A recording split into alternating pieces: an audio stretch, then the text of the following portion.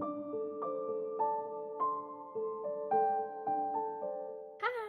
Welcome back to my channel. I hope you all are doing well today. Today we are going to be talking about all of the books that I read in October, and boy did I read some good books. I am so excited to talk to you about all of these books because I loved every single one of them, and it was just such a great reading month. I love the month of October. I talk about this all the time, but fall is like the perfect time for reading because it's just so cozy, and like you can just cuddle up with a nice little blanket, have a fireplace going if you have one, and just read your little heart away. Though October went by so fast, like where did the month go? I feel like I was literally just filming my October TBR and now I'm filming my wrap up. But yeah, let's just jump right into it. So the first book that I read in October was Ninth House by Leigh Bardugo. I already talked about this a little bit in one of my vlogs, but I will talk about it more here because wow. So I gave this book a 5 out of 5 stars. Prior to reading this, I tried picking this book up 2 other times and I couldn't get past the first chapter, but I was determined this time and I'm so glad that I got past it because it got so good. Like, third time is a charm. I absolutely loved this book. The first 100 pages were really slow, but once I got past those, I was flying through it and I was on demon mode. I could not stop reading. It was fantastic. And I have read Leigh Bardugo's other series, Shadow and Bone and Six of Crows duology, and I love those books. When I was reading this, I could see like remnants of her writing style from those series in this one, but it was different because this is like adult, those are young adult, and I forgot that I was reading Leigh Bardugo, but it was just, it's so good. So this book is following our main character, Alex, and she has the special ability to see ghosts, which as they're called in this world are greys, I believe. So after a turn of events, she is taken to Yale, where she is basically initiated into this secret society where they do different things. They help protect the other houses, and it's crazy. So a lot of stuff goes down in this book. It jumps back and forth between like the present day and past, but like the way it's done is so beautiful. And if you are into dark academia and magic, this one is definitely for you. I feel like October is the perfect time to read it. It is set in winter, but the elements that it talks about and like the themes going on, it's just really October to me. You can definitely read this whenever you want. I just feel like this month the atmosphere was really good for this book. I'm so excited for Hellbent, which is coming out in January. I need that book immediately. And I'm so glad that I read this when I did because there was like a 4-year gap between this one and the new one coming out. There was no way that I was gonna be able to get through 4 years without the second book because I finished this at the beginning of the month and I still think about it all the time. And I'm so ready for the second book. I want to know what happens next. I need answers. Next up, we have The Kiss Curse by Erin Sterling. If you watched my previous wrap up or any of my vlogs, you will know that I absolutely adored The Ex-Hex. Like, it's up there and was one of my favorite books of all time. Like, it's just so good. Like, Erin Sterling did such a good job with it, like nailing the characters, the atmosphere, the plot, literally everything. I adore it to pieces. So when I saw that she was making a second book, I was all over it. I absolutely love the story. I think I love the Ex-Hex just a little bit more because, you know, that's what like first got me into this world, but I definitely loved The Kiss Curse. It is following Vivi's cousin Gwen, and she runs this magical shop called Something Wicked when somebody moves across the street and opens a rival magic shop. So now they have a little rivalry going, but it is getting close to Halloween.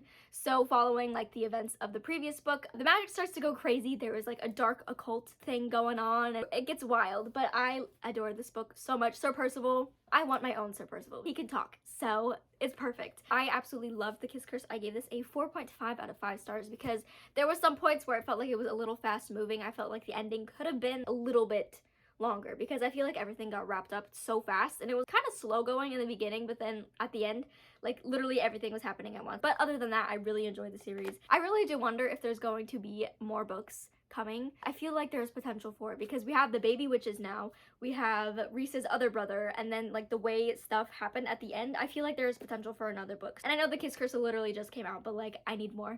Next up, we have A Good Girl's Guide to Murder. I love this book. I read this literally so fast. The way that it was done was amazing and like, wow. I don't really know how to describe my thoughts on this book other than it was fantastic, and I'm very glad that I got to read this. This one is following our main character, Pippa, and she is entering her senior year of high school, and with her senior year comes her senior project. So she decides that she's going to tackle the murder-suicide event that happened at her school 5 years ago and figure out what really happened because she doesn't believe that they are telling the full truth about what really happened, and she wants to figure out what actually went down and who actually committed these crimes, because the murder suspect, she believes is innocent. During this all, she's getting threatened because she's getting closer and closer to the truth, and it is just a wild ride. It is so fast paced. This is a almost 400-page book, and it doesn't even feel like it's that long. It keeps you on your toes.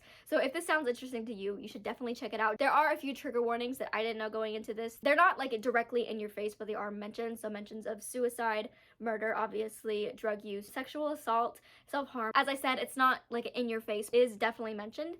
So just keep that in mind when you're going into this. Oh, I'm out of breath. I don't know why filming these videos, like, it makes me so winded.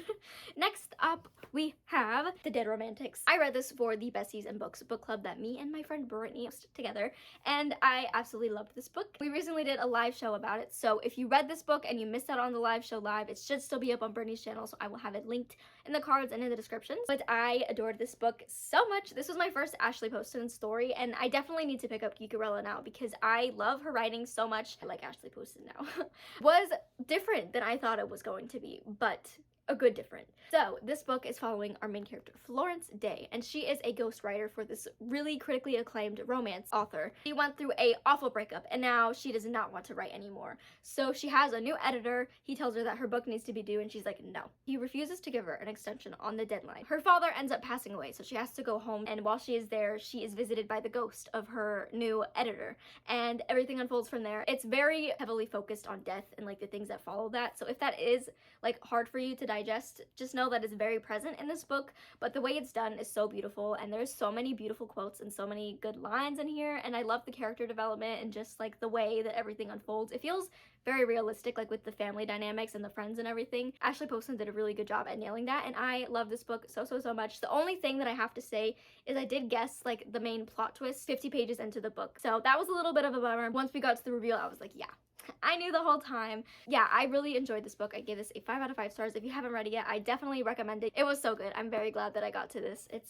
It was wonderful. And last but not least, this took up the majority of my reading this month, and it took me out, but you know, it was such a good time. I read the entirety of Tokyo Ghoul. I only have the last volume in this room, and I couldn't be bothered to go get the first one, so you're gonna have to look at the last cover. I'm not going to talk about my thoughts too much on the series in this video because I did do an entire designated Tokyo Ghoul vlog that you can go watch, where I talk about my thoughts in depth, and you see my real-time reactions and my thoughts of each and every volume. It was such a good time.